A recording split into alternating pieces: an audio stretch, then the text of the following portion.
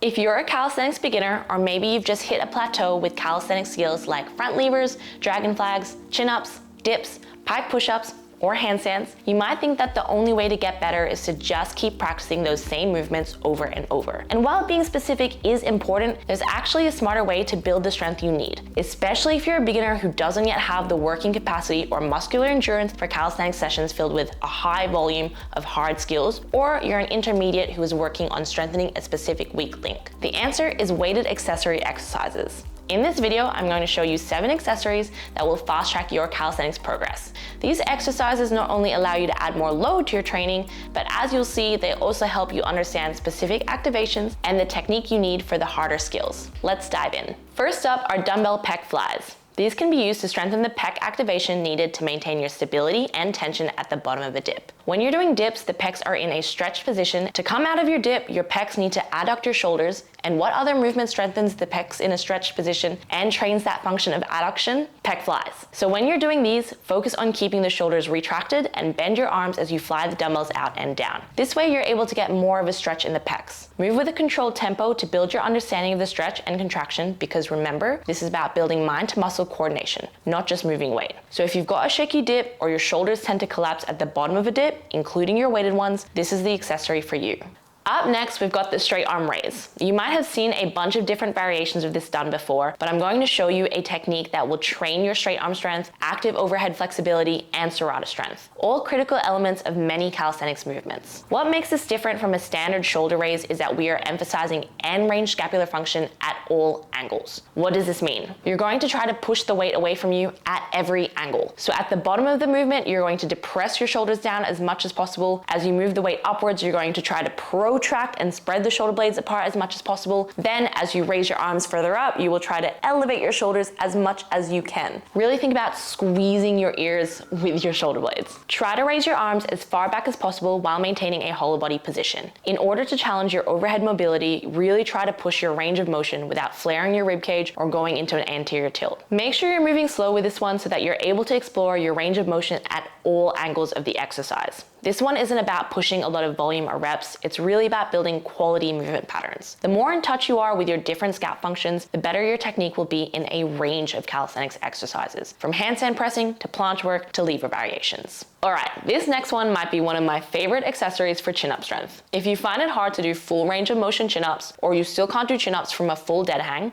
or you can't help but use momentum, this may be the exercise for you. Incline curls train your biceps in a stretched position, similar to how your biceps are stretched in a full dead hang. A common mistake I see with this is elbow positioning. In order to get that maximally lengthened position, make sure your elbows stay behind your torso. Focus on training the full range of motion here, where your arms are returning to straight at the bottom of each rep, and think about curling your forearms all the way to your bicep. Whether you're a beginner trying to get your first chin up, or you've realized your biceps are stopping you from increasing your chin up PB, incline curls are a great way to give your biceps some extra volume in your sessions after you've done your primary chin up lift. Exercise 4 is another pulling accessory, the single arm half kneeling lat pull down. I love this specific variation because alongside giving you more pulling volume, you're also challenging your core and pelvic stability and strength. The half kneeling position means your glutes are working to stabilize your pelvis and maintain your neutral positioning. And with this being a unilateral exercise, your glutes and core are training your anti-rotation strength to keep you in the same plane of motion. All of these things are essential to achieving skills like a dragon flag or front lever, despite the notion that calisthenics is just about big lats and shoulders. I also love this exercise because it's technically easy. It's not hard to do under fatigue, and you get to expose your body to a nice overhead stretch and a chance to practice your scapular depression and lat engagement. Plus, being unilateral, it helps minimize any strength imbalances between sides. And these are what makes certain accessory exercises more productive when it comes to improving your calisthenics. More technique practice, a chance to improve your coordination and mind to muscle connection, a bit of mobility, and extra volume specific to your training goals. Alright, let's give you a pushing accessory now.